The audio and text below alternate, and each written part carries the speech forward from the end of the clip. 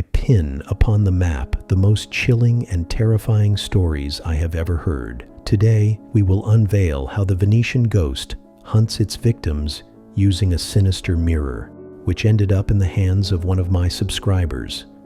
Share in the comments the horror legends from your city, and I will transform them into haunting and grim stories, utilizing all my writing prowess and talent.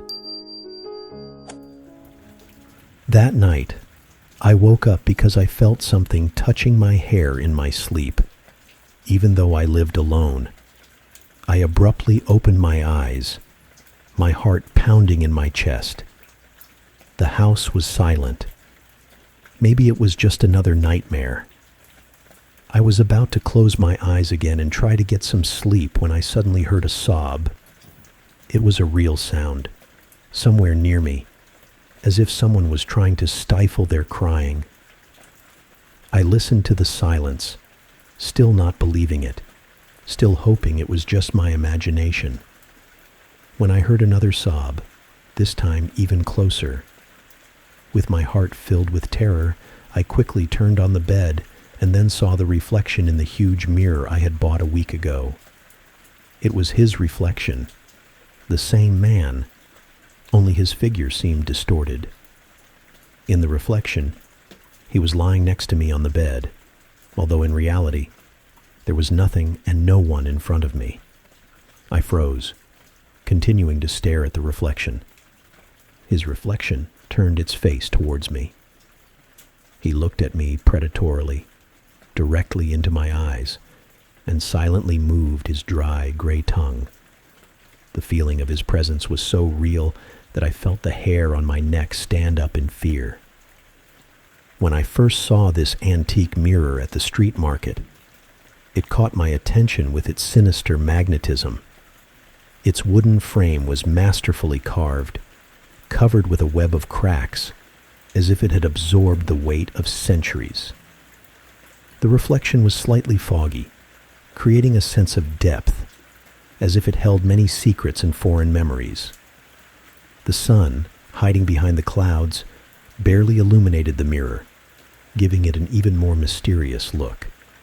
The seller, an old man with penetrating eyes, seemed overly eager to get rid of the mirror. His gaze was so piercing that it seemed as if he could see my thoughts. He didn't hesitate to offer me an incredibly low price. His voice was full of strange excitement, which I initially took as a simple desire for a good deal. "This mirror has its own story," he said, wiping his hands on his old jacket. His fingers trembled as if he was trying to hide his excitement. "It cost me a lot, but for such a bambina, I'll give it away almost for free." Something about his behavior should have alerted me. Maybe it was the slight shadow of fear in his eyes, or perhaps the way he hurried to close the deal. But I was enchanted by the mirror, its mystery and beauty. I have always loved antiques, so I saw a real treasure in this mirror. I touched the frame, and a chill ran through my fingers, as if the mirror was giving me a piece of its past energy. But I didn't pay attention to this feeling. I was too captivated by the thought of how it would look in my new apartment. I imagined how its charming, slightly worn beauty would add a special charm to the room. The seller hastily wrapped the mirror in an old cloth and even helped with free delivery to my new apartment, as if he wanted to get rid of it as quickly as possible. I, full of enthusiasm and inspired by its beauty, hurried home, not realizing what dark presence I had let into my life. The mirror was just the beginning of a nightmare I had yet to discover. My new apartment in Venice was supposed to be the beginning of a new chapter in my life. Located on the first floor of an old building, it looked directly onto one of the picturesque canals. Huge windows, framed with delicate carvings, allowed sunlight to penetrate inside, creating a play of light and shadow on the walls. High ceilings with gilded stucco depicting scenes from mythology added grandeur to the room. On the floor lay antique rugs that I found at the same local market. Their patterns harmoniously matched the room's decor. That's why the mirror fit perfectly into the apartment's design. I placed it on the opposite side of the living room, near the windows. The mirror added the charm of an ancient era to the room, as if it held the stories of many generations. Its delicate carved frame and slightly foggy reflection attracted the attention of everyone who came to the housewarming party. But among all the guests, there was one recent acquaintance who looked at the mirror with distrust and fear. Her eyes, full of anxiety, avoided the reflection, as if she was afraid to see something that others did not notice. All evening, she tried to stay away from the mirror, her movements tense and anxious. When it was time to say goodbye, she quietly and gloomily warned me about the difficult fate that this mirror might carry.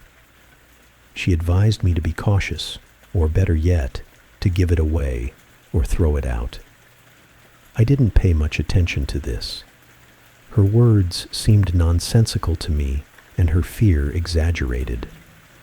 I decided that she had just had one too many glasses of wine, and her imagination was running wild.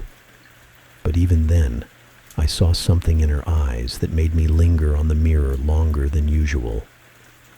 In the dark reflection, I briefly noticed a shadow that seemed to reach out its cold hands to me.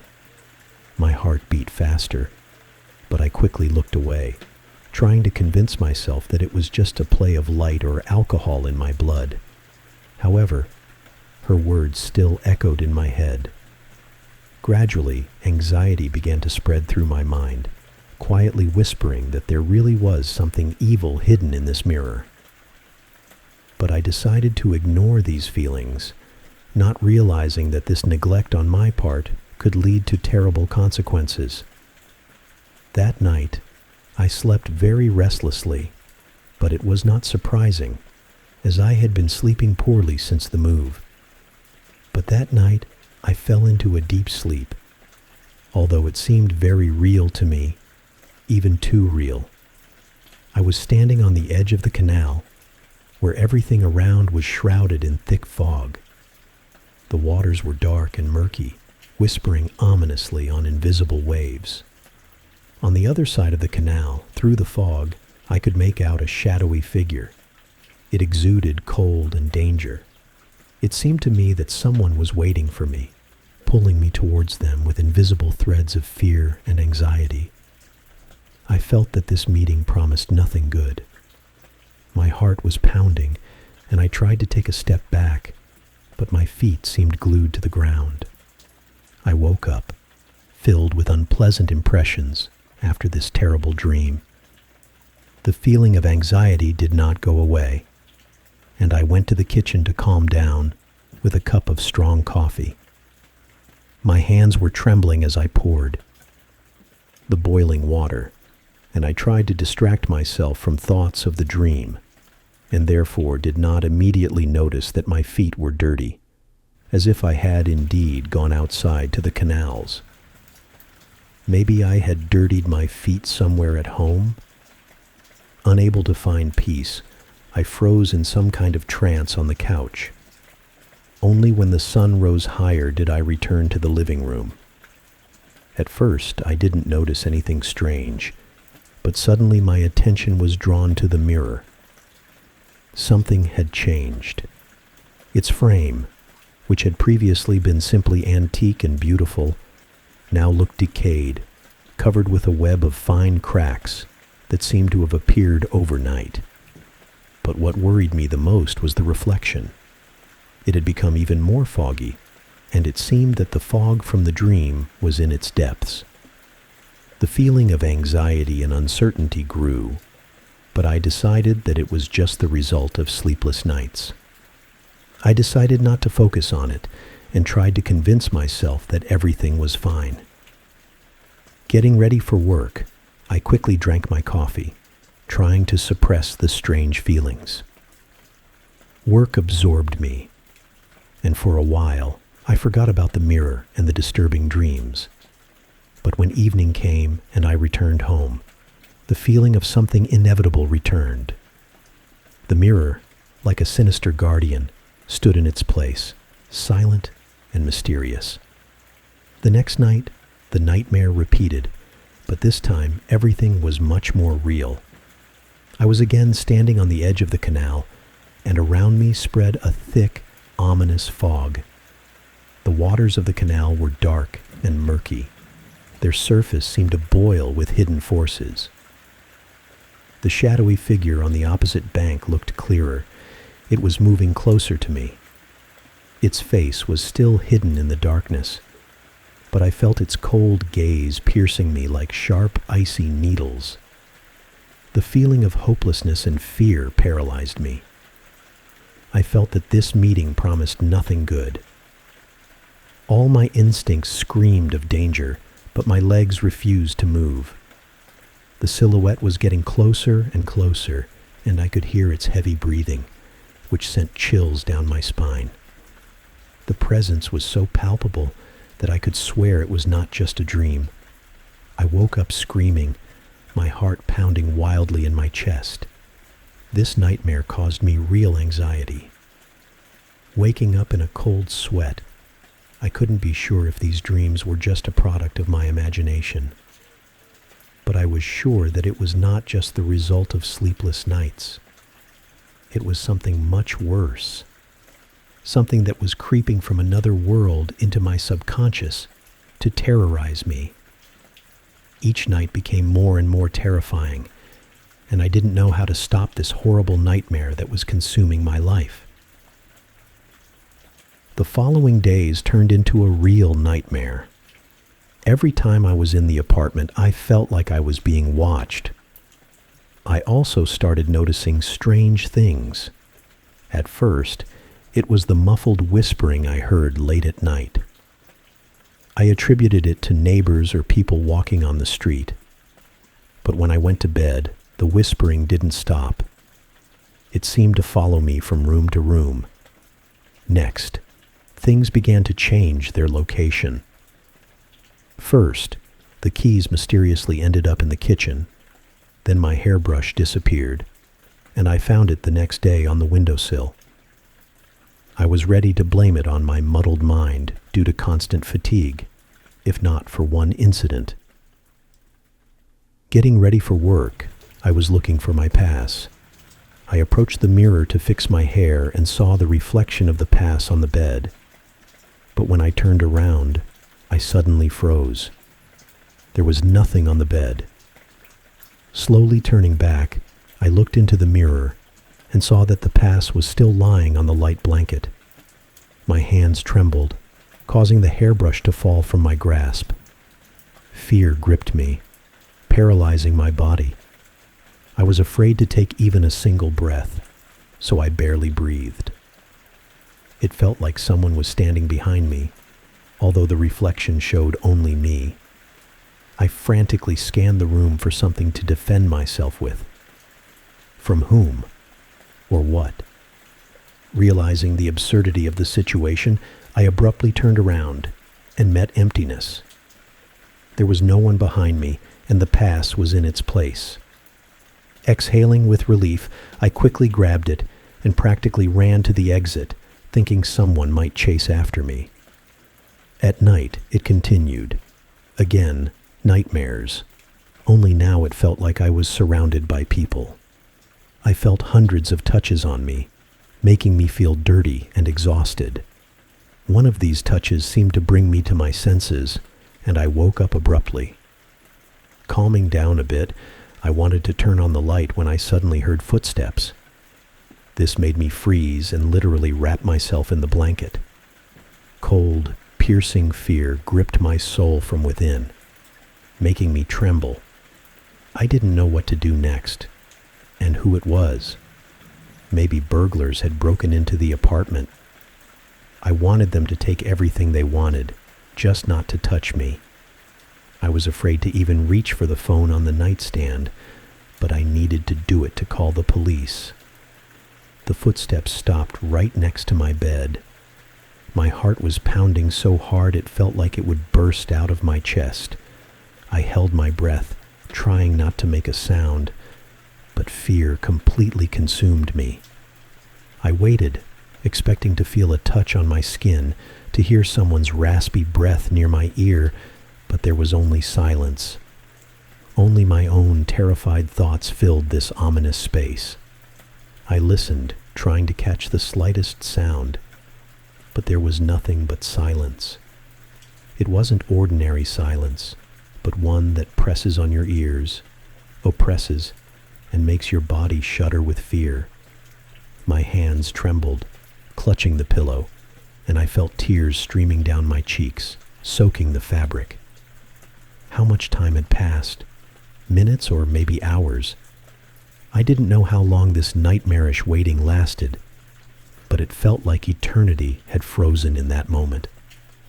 Then, unexpectedly, I heard the footsteps begin to recede. Slowly, one by one, they filled the room again. Their sound was quiet, but each step echoed in my mind. Finally, when I could no longer bear this horrible state of uncertainty, I dared to peek out from under the blanket. Slowly lifting its edge, I cautiously looked around the room. My heart was ready to stop from fear, but there was no one. The room was empty. Only the moonlight penetrated through the curtains, casting dim reflections on the floor. Suddenly, my heart froze in my chest. I noticed something strange in the mirror's reflection. In the semi-darkness of the room, it looked unusual, as if the reflection in it was foggy, almost motionless. I quickly turned on the light, and the room filled with bright, artificial light, instantly dispelling the shadows. Trembling with excitement, I got out of bed, and barely standing on my feet, slowly approached the mirror. What I saw made me freeze in place. The mirror was not as usual. It didn't reflect the room clearly as before, but seemed shrouded in fog, pulsating inside like a living creature. My own features, reflected in it, were blurred and ghostly, like part of another world. But that wasn't the worst part. On the surface of the mirror, as if emerging from the fog, appeared a clear, wet handprint. It looked fresh, as if someone had just pressed their hand against the glass. I felt cold sweat trickle down my back. The print was slightly blurred, but the wet sheen on it left no doubt. It couldn't be a figment of my imagination. I felt the panic rising. My fingers trembled as I slowly touched the mirror. The cold surface under my fingers was real, but the handprint wouldn't disappear, as if it was part of that foggy world inside the mirror. Was it the person who entered my room that left this mark? Or perhaps it was the mark of someone who lives in this mirror, someone who watches me from the other side.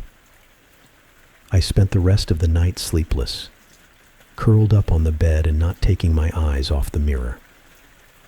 My thoughts were jumbled, but waves of fear kept me from relaxing for even a moment. I could no longer trust sleep, fearing what might happen while I was in that vulnerable state. My body trembled with tension, and every creak of the floor or gust of wind outside the window made my heart stop. I tried to understand what was really happening. Thousands of thoughts swirled in my head, but none provided a logical explanation. My gaze kept returning to the mirror, which now seemed to me like a window into another world, a world that shouldn't have penetrated my home.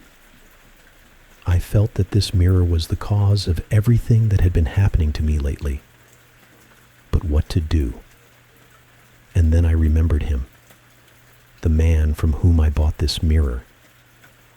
The memory of him stirred mixed feelings in me. I connected to this image everything I now knew. His nervousness, the haste with which he tried to get rid of the mirror, and that strange look he gave me as I left with it. He knew something I didn't. I focused on this thought, and suddenly a decision began to form within me. I had to find this man, demand answers from him, He must explain what this mirror is and why it is so cursed. I had to return it as quickly as possible before something irreversible happened. My paranoia turned into determination, and I decided, in the morning, I would go in search of this man, even if I had to turn the whole city upside down to find him. However, the search proved futile. With the first rays of the sun, I went to the same market where I bought the mirror. Every step, every familiar corner of Venice seemed soaked in despair, but I didn't stop. I walked through all the rows, looking into the faces of the sellers, trying to find the man whose image was in my mind. But he was nowhere to be found. It was as if he had vanished into thin air. I approached every vendor, everyone who might know something, but their answers were the same. They didn't know who I was talking about. Their eyes showed genuine confusion, and none of them even remembered a mirror like mine being sold at that market. It seemed incredible, as I clearly remembered where I bought it. With each passing minute, with each futile question, my fear grew. What did all this mean? Had I imagined this man, or perhaps he was some phantom? Being that appeared only to pass this cursed mirror to me, my determination began to turn into despair, and the feeling that I was trapped grew stronger. Now I was sure, this mirror should never have come into my life. But it was here, and it seemed there was nothing I could do to get rid of it. When I returned home, I was met with a new disaster. The floor of the apartment was covered with water, which seemed to have flooded the apartment, as if someone had left a tap open or a pipe had burst somewhere. However, all the taps were closed and the pipes were intact. Panic gripped me again. I hurried to check the attic, but there were no signs of water there either. To calm down and find some explanation, I went upstairs to the neighbors. Maybe they had accidentally flooded me. They greeted me with distrust and a bit of anger. The neighbors said everything was dry in their place and there had been no water at all. However, their words made me freeze. They scolded me for the loud footsteps and noise they heard from my apartment at night. They insisted that I keep quiet at night. I just nodded pale, unable to find words. Returning to my place, I saw that the water that had just covered the floor had disappeared without a trace, as if it had never been there. The floor was completely dry, without the slightest hint of moisture. My hands trembled and my heart pounded in my chest. Something was happening in this apartment, and it had a direct connection to the mirror. It became clear to me that I was trapped, and getting out of it would not be easy. I decided that the only person who could help me understand what was happening was that new acquaintance, Sophie, who had warned me about the mirror at the housewarming party. Finding her number, I dialed it, trying to calm my trembling hands. When she answered, I began to persuade her to meet with me. At first, she refused, saying she was busy and that it all looked like the result of overwork. But hearing the alarm and panic in my voice, she eventually agreed to come. When she entered my apartment, I was sitting on the couch, hugging myself as if trying to protect myself from an invisible enemy. But as soon as I saw her, I immediately got up, as if grasping the last hope for salvation. I began to lead her to the bedroom, wanting to show her the mirror, but my acquaintance categorically refused to approach it. Her refusal was so resolute that a new wave of fear engulfed me. I told her everything that had happened, about the strange water on the floor, the night footsteps, and the terrible handprint on the mirror. She listened attentively, occasionally nodding, but her face became more and more concerned. After I finished, She said that I should get rid of this mirror, and the sooner, the better. We talked a bit more, and she began to gather her things to leave. As she headed towards the exit, she suddenly stopped by the bedroom door and involuntarily glanced at the mirror. Something in its reflection made her pale and freeze in place. I didn't know what she saw, but her face turned deathly white and her eyes widened in horror. Without saying a word, she abruptly turned and almost ran out of the apartment, as if fleeing from some invisible horror lurking in the mirror. I stood there, trying to understand what she had seen and why her fear was so intense. But the answer never came, leaving me trapped in terror and hopelessness. Her reaction frightened me even more. Her sudden panic, the terror I saw in her eyes, plunged me into an abyss of fear and confusion. At first, I thought about simply running away, spending the night at a friend's place or booking a hotel room just to avoid being alone with this cursed mirror. But then I gathered my thoughts. Running from problems is not my way. I decided that I needed to find a solution, not hide from fear. The first thing that came to mind was to cover the mirror. I took a sheet and threw it over the mirror, hiding it from view. Now it could no longer scare me with its sinister reflection. Next, I did everything possible to fill the silence in the apartment. I turned on some music to play softly in the background, so there wouldn't be even a hint of silence that could let my imagination run wild again. Then I turned on the TV to add more noise and distract myself with something light and mundane. To calm my nerves, I decided to have a little wine. The first sip brought a gentle warmth, relaxing my tense muscles. I began to feel the anxieties slowly recede.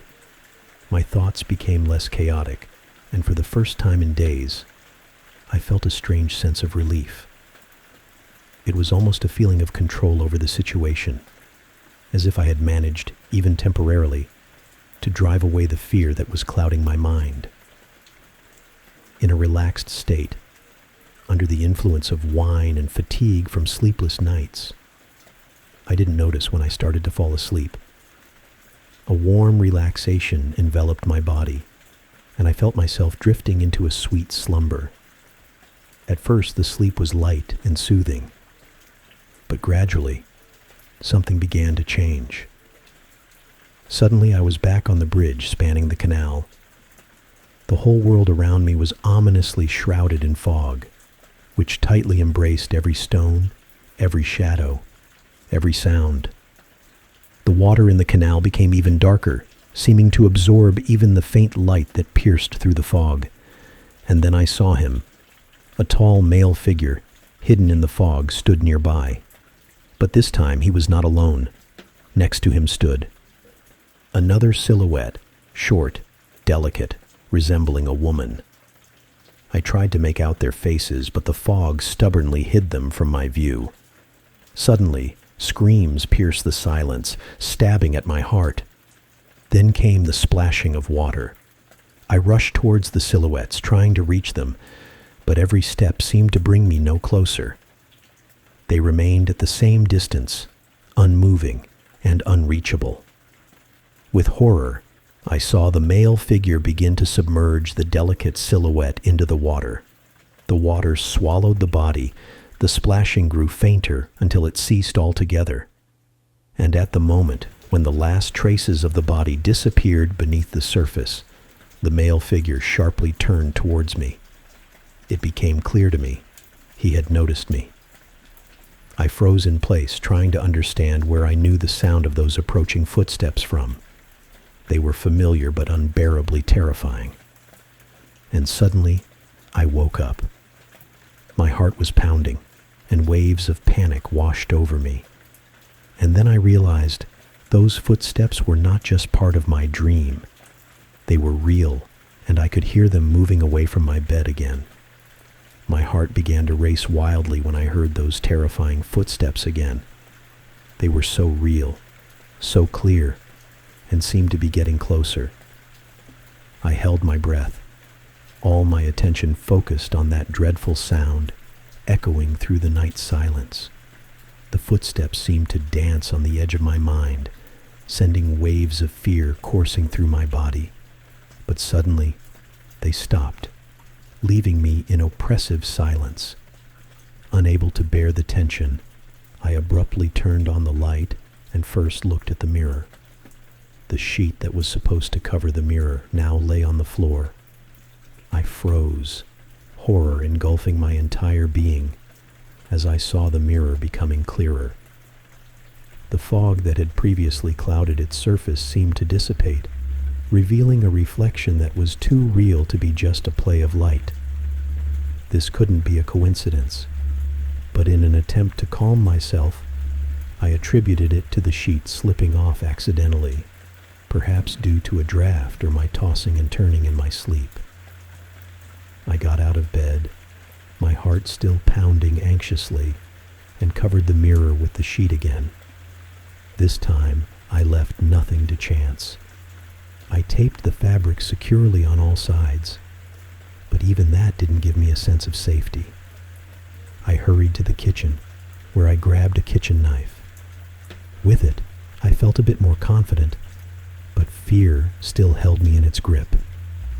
I spent the rest of the night on the couch holding the knife in my hand, listening intently to every sound, ready to defend myself. Sleep was distant and unreachable, but I knew one thing. With the arrival of morning, I was no longer going to run away. In the morning, I woke up with a heavy feeling in my heart. My thoughts were filled with fear and anxiety that had haunted me all night. The cursed mirror. I knew it was the source of all my terror, and I had to find a way to get rid of it. But how? This question tormented me. Sitting at my computer, I hastily searched for any information that could help. I read several articles about cursed objects, antique mirrors, but none of them provided a concrete solution applicable to my case. Fear began to rise in me again, the feeling of hopelessness gradually washing over me, threatening to engulf my mind. The only thing left for me was to physically get rid of the mirror. The very thought of it scared me, but I understood that there was no other way. I approached the mirror, trying to calm myself. My breathing quickened. My heart pounded wildly. I grabbed the frame, tried to lift the mirror, but it didn't budge. It was as if it was rooted to the floor, anchored in reality itself. Thoughts swirled in my head. Was I really that weak? Or was it something more? Something sinister that wouldn't let me move this cursed object? My hands trembled, and I felt panic rising. In desperation, I called a delivery service, hoping that a few strong men would help me solve this problem. At first, they agreed to come, and I sighed with relief.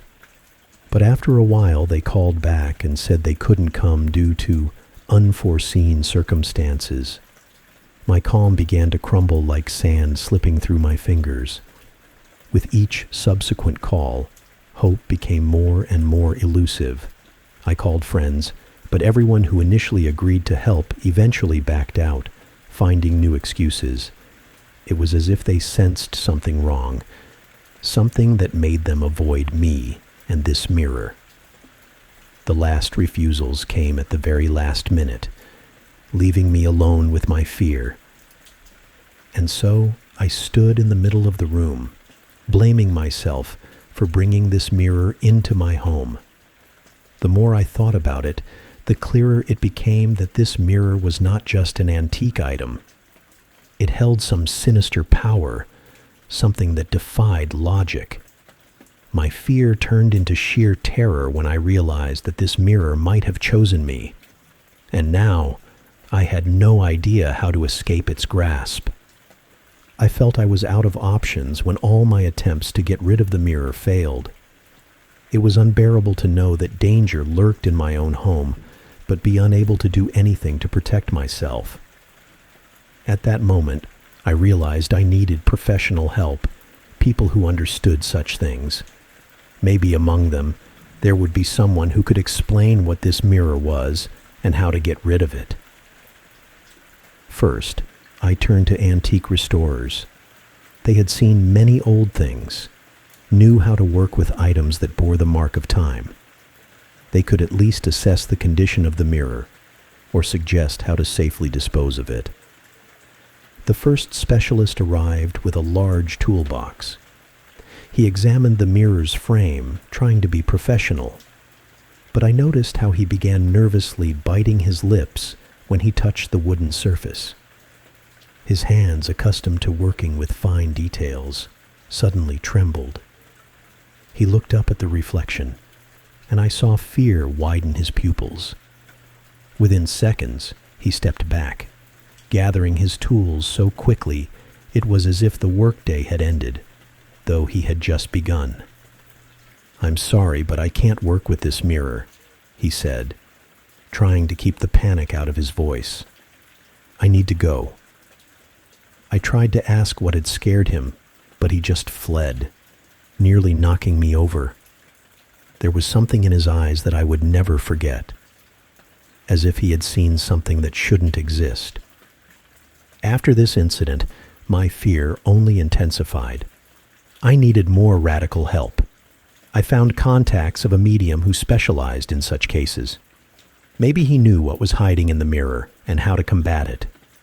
One of them, a grim man with gray hair and a piercing gaze, came to my home late in the evening.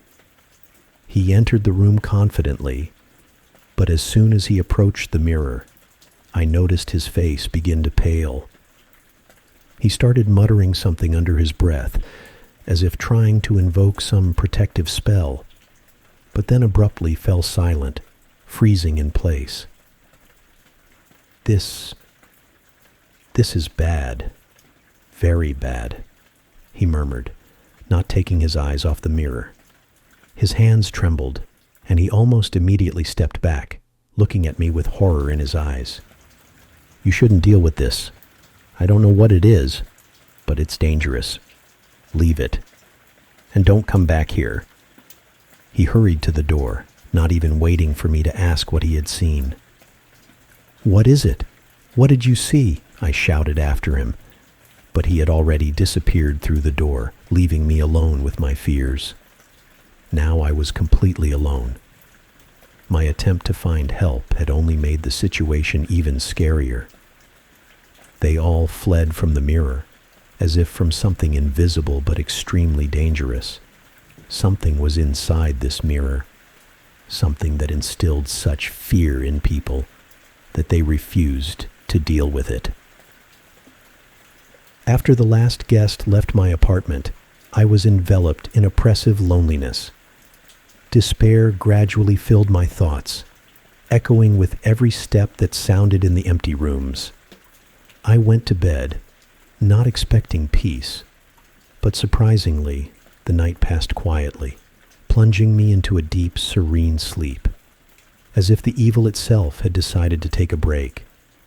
It was so unusual that, waking up in the morning, I felt a slight anxious breath on the back of my neck, as if the night's silence was just a prelude to something greater.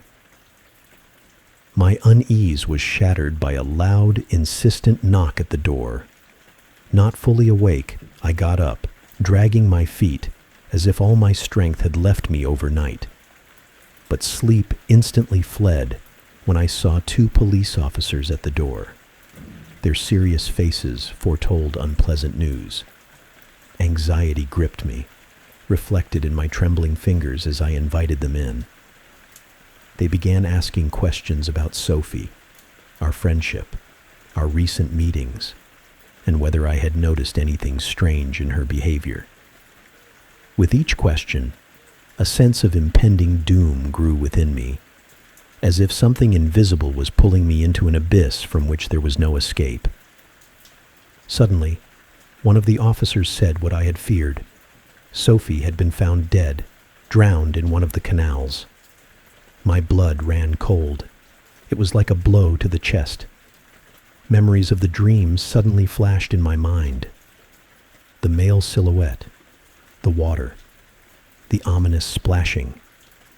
The whole world around me seemed to shift, turning into a murky, dark reality where nothing made sense anymore. As the police were about to leave, one of them handed me a letter.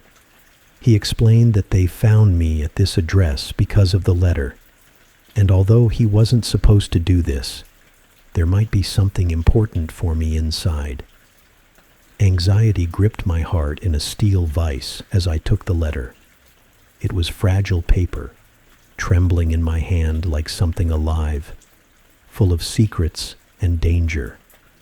I couldn't take my eyes off it, feeling that with each passing moment, something terrible and inevitable was approaching.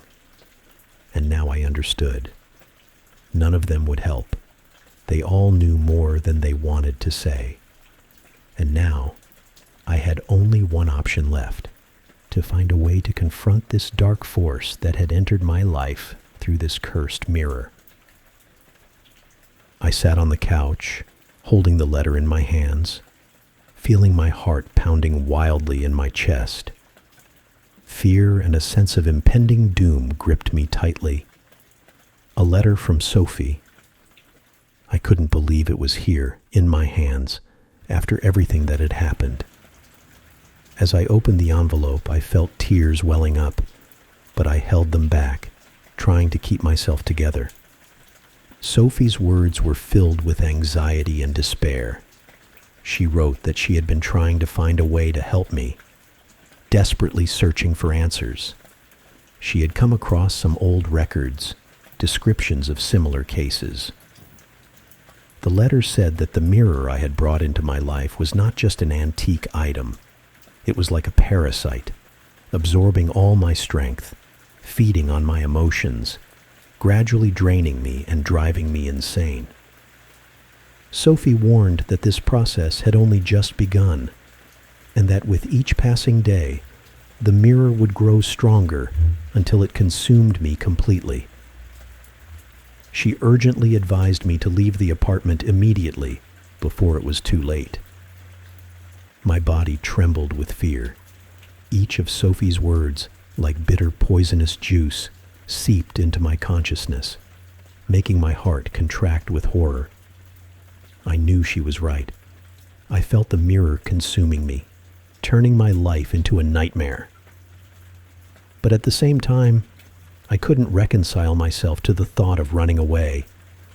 I placed the letter on the table, stood up resolutely, feeling a wave of fear and anger rising within me. I approached the mirror, which still stood in the bedroom, dark and sinister, like a silent observer of my suffering.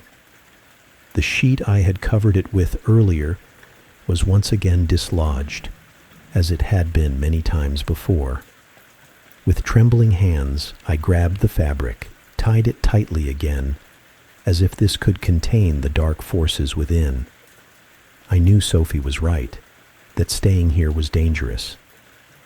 But I couldn't just give up. I had spent so much effort and money to bring my dream to life, and now I had to abandon everything because of this cursed mirror. The thought made my chest boil with anger. I wasn't going to back down. This mirror would not ruin my life. I spent the rest of the day outside the apartment, trying to find at least temporary peace from the horror that had engulfed me. The sunlight seemed safe, but even it couldn't fully dispel the sorrow that had settled in my soul after the news of Sophie's death. Her death. That heavy word wouldn't leave my mind. With each passing minute, the burden of loss became unbearable. Guilt and despair mixed, tearing me apart from within. I couldn't shake the thought that if it weren't for this cursed mirror, she would still be alive. Troubling questions swirled in my head. Did this happen because of me? Because of this sinister mirror? Fear and sadness, mixed with guilt, turned every thought into a sharp thorn that pierced my heart. When I returned home, The sense of safety vanished the moment I crossed the threshold. Paranoia set in immediately, compelling me to scan the apartment for any sign of someone or something's presence. But everything was in its place. Nothing had changed. Yet the feeling of something dark and unseen lingered, as if the apartment breathed this darkness, ready to engulf me at any moment. I tried to suppress this paranoia by taking a sedative, perhaps even more than I should have. The fog that enveloped my consciousness seemed the only way to temporarily mute this endless horror. I sank onto the bed, hoping to rest for at least a few hours, but deep down, I knew this rest would be nothing but an illusion. As the sedative began to take effect, I felt myself sinking into an almost artificial calm, but the tension and fear still hovered at the edge of my consciousness, ready to break through at the slightest provocation. I tried to convince myself that this night would be different. My mind was clouded by the sedatives, and I felt a strange calm that wasn't entirely natural. It seemed that this night might finally be peaceful, without nightmares and the curse of the mirror. But sleep brought with it what I feared most. I was once again by the canal, where thick fog swirled, swallowing everything around. The air was damp and cold, as if the very place was trying to push me away. I felt something tighten inside me, a premonition that everything was going wrong again. But I couldn't move. My body was paralyzed by this strange place that once again ensnared me in its trap. Suddenly, I felt pressure. Cold, icy hands gripped my shoulders, and I realized I was not alone. They were strong, as if made of iron, and their touch pierced me to the bone. I tried to break free, but every movement seemed futile. The cold spread throughout my body, and I felt myself being slowly submerged into icy water. The water enveloped me, and the cold penetrated inside, squeezing my lungs, making me gasp for air. I struggled frantically, trying to escape this nightmare, but my strength failed me. The water filled my mouth and nostrils, and I felt it begin to pull me down, swallowing everything around. The cold hands pressed harder, and I felt I was about to disappear into this abyss. But suddenly, I woke up. I was gasping for air, as if I had just surfaced from the water. My body trembled with fear, and each breath was heavy, as if I had just escaped death. But the horror was not only in this. I felt the cold hands slowly release me, leaving invisible marks behind. I sat on the bed, soaked, and my bed was also wet, as if the water from the nightmare was real. This was the last straw. My strength was exhausted. Fear filled my entire being. I howled. Fear and despair mingled in this scream, echoing through the empty walls of the apartment. I couldn't take it anymore. This mirror was driving me insane, and I realized I had to act. I jumped out of bed, turned on the lights in all the rooms, as if this could drive away the darkness trying to engulf me. Then I started looking for a hammer. The feeling of cold didn't leave me. But now it was not only physical cold. It was fear that penetrated every cell of my body, making me move quickly, faster than ever before. I could no longer allow this mirror to control my life. I finally found the hammer, gripping it so tightly that my fingers turned white. It seemed like the only thing that could save me, though deep down, I knew it was futile. Suddenly, out of the corner of my eye, I noticed something in the window's reflection. It was the same fog I had seen in my nightmare, but now it appeared here, in my home. Cold terror ran through my body, and I clutched the hammer to my chest, as if it could protect me from what was coming. The fog thickened, enveloping the reflection, and then a male figure began to emerge from it. He was the same as in my dreams, and with each of his steps becoming clearer, my fear only intensified. I couldn't take it anymore. An inner scream of panic made me dash to the bedroom where the mirror stood. But what I saw there was even more terrifying. In every mirrored surface, in every reflection, was the same figure. It was approaching me from all sides, as if trying to surround me. My fear turned into despair, and I began smashing everything glass around, mirrors, windows, any surface that could reflect this silhouette. I screamed, begging for it to leave me alone, but it seemed the more I fought, the closer it got. Fear completely took over my mind. I could no longer think rationally, only act under the influence of panic. Each hammer blow was filled with desperation. Each shard of glass only intensified the feeling of impending doom. Finally, only one mirror remained, the one that was the source of all my troubles. I raised the hammer and struck it with all my might.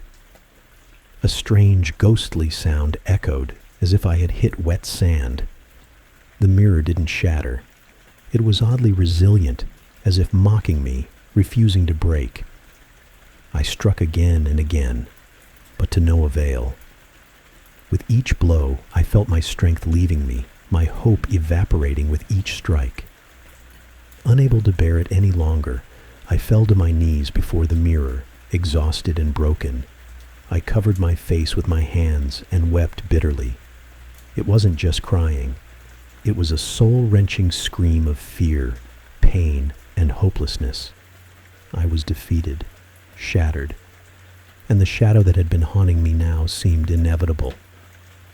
I didn't know how long I sat there, broken and empty, amidst the half-destroyed apartment.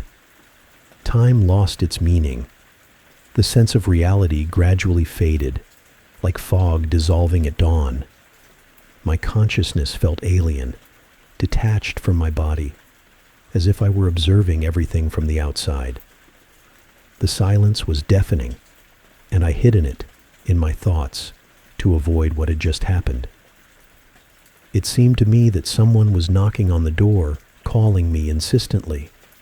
But these sounds were so distant, as if they were coming from another world where I no longer existed. I ignored them because they couldn't break through the wall that separated me from reality. In my hand was a shard of a small mirror I had broken earlier. I brought it up to my face, and it was the only movement I could manage. The shard was sharp, and although it cut my skin, I felt no pain. Crimson, thick blood trickled down my fingers, drop by drop falling to the floor, staining the new carpet, but it didn't matter to me. I looked into the shard, hoping to find something that could explain this horror, but all I saw was emptiness, a void that consumed me from within. Or maybe it was my reflection, tired, exhausted, as if all my life force had been drained, leaving only a shell. At that moment, when I had completely lost touch with reality, my neighbors and the police found me. They burst into the apartment, forcing the door open, and saw me on my knees, staring entranced at the shard of the mirror amidst the half-ruined room. My consciousness slowly returned to reality, but the fear and horror that gripped me wouldn't let me escape this nightmare. They tried to bring me to my senses. The people around me were persistent, but I didn't want to return. I understood they were trying, but I couldn't make myself feel their words or actions. The horror that surrounded me had rooted so deeply that any attempt to break back into reality seemed pointless. The danger hanging in the air made me hide in the darkest corners of my mind, where there was no place for fear or pain. When they sat me on the couch, trying to talk to me, shaking my shoulders, I just stared at them emotionlessly. There was no understanding, no fear, no hope in my eyes. I looked at the people gathered around, seeing them as if they were ghosts, having nothing to do with me. The neighbors, realizing something was seriously wrong with me, called an ambulance. The doctors arrived quickly, examined me, and determined that my condition was unstable, a result of shock. They decided to take me to the hospital. I understood what was happening, but I no longer had the strength to fight or explain anything. I didn't care anymore. I just silently followed them, like a puppet moved by invisible strings. Before leaving the apartment, I paused for a moment and looked at the mirror. It gleamed as if new, just like the day I bought it. As if nothing had happened, as if this whole horrific nightmare was just a play of light on its smooth surface. But I knew the truth. Sophie was right. The mirror had fulfilled its mission. It had taken everything I had and left me with an emptiness that would now forever be a part of me. After a few days in the hospital, I began to return to reality. At first, everything around seemed distant, as if through a thick fog.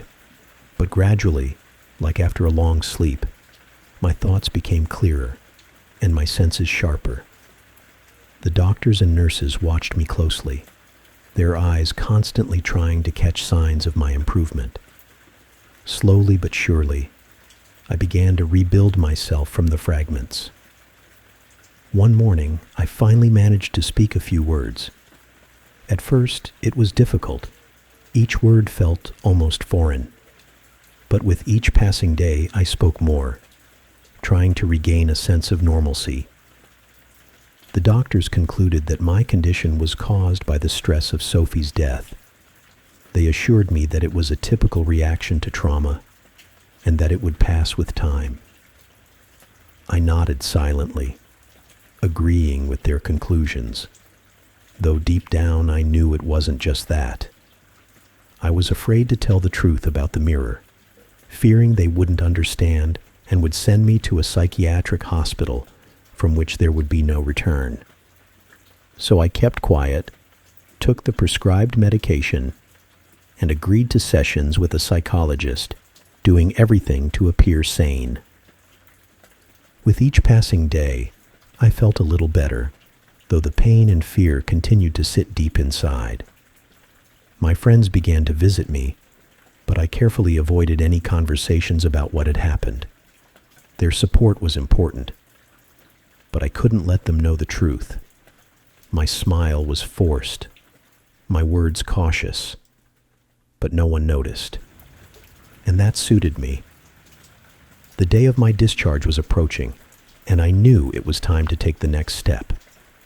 I gathered my strength and wrote to my friends, saying I needed help with repairing the apartment. I needed to restore everything that had been destroyed that terrible night. I hoped that physical labor would help me gather my thoughts and find the strength to start life anew. My friends immediately agreed to help without asking unnecessary questions.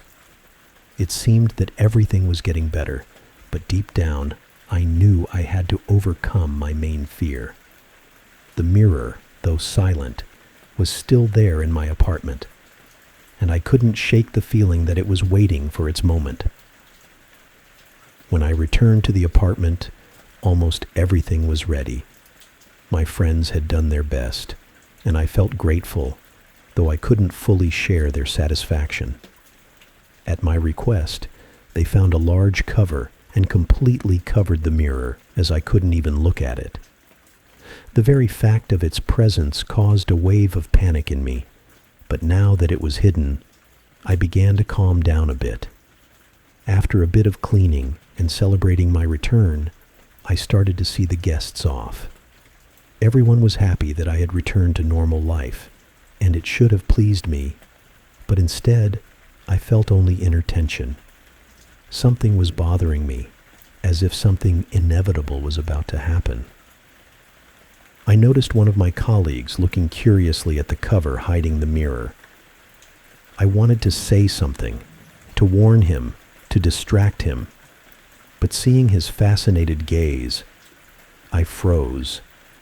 The words stuck in my throat, and I couldn't utter a sound, just silently watched as he approached.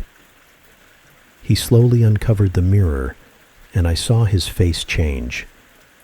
There was something more than just interest. It was genuine admiration. He reverently examined the intricate details of the frame, as if seeing such craftsmanship for the first time. And suddenly, the mirror wobbled. This struck me to the core, as I hadn't been able to move it no matter how hard I tried. At that moment, I realized it was a sign. The mirror no longer needed me. It had found a new victim, a new object for its dark power. This realization brought a strange sense of relief mixed with deep fear.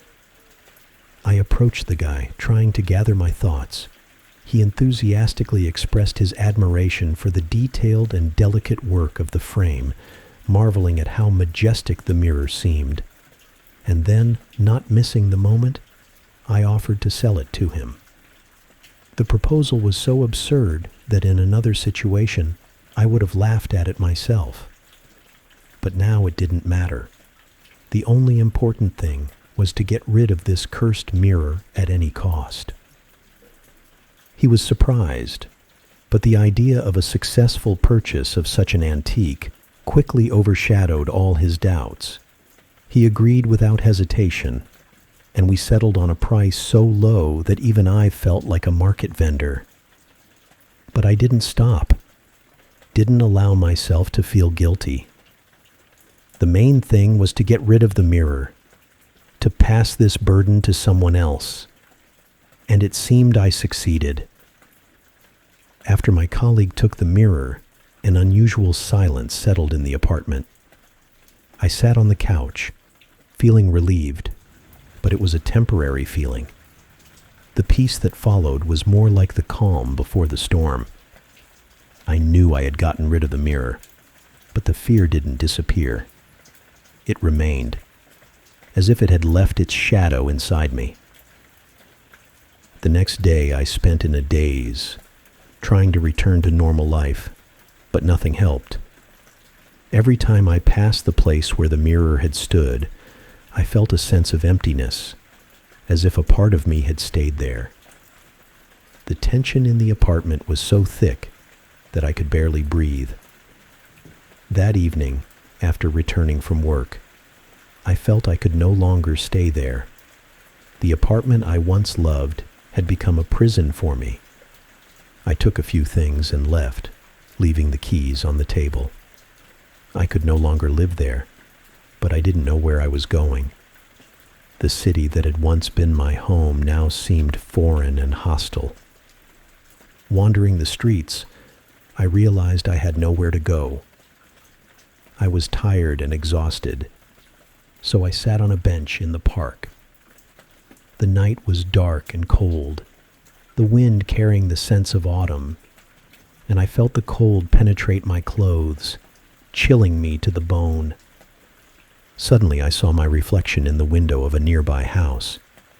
It was just a moment, but I clearly saw something strange, unnatural in it. This vision filled me with wild fear, and I realized I could never escape. It wasn't the mirror that was the cause of everything that had happened. Something much darker, something inside me. Returning home, I felt that the apartment was no longer mine. I was no longer the master of my own life. Since then, every evening I noticed something strange in my reflection in glass, in water, even in shadows. Something that lived inside me, watching my every step, reminding me that I would never be free. I sat on the floor in the middle of the apartment, feeling the darkness envelop me, cold hands squeezing my heart again. Since then, I stopped looking in mirrors, but it didn't matter. The reflection always found me, reminding me that I could never escape what now lived inside. And in this darkness, I dissolved. forever remaining a prisoner of my own fears. Now, let me share a moment from my life. I am an artist, and oil painting is both exciting and relaxing for me. About 8 years ago, I became so passionate about oil painting that I earned a Bachelor of Arts and now work as an art restorer in Barcelona. One day, I looked back and realized what knowledge I needed when I first started. So I prepared an intensive course of 14 visual and practical lessons for you.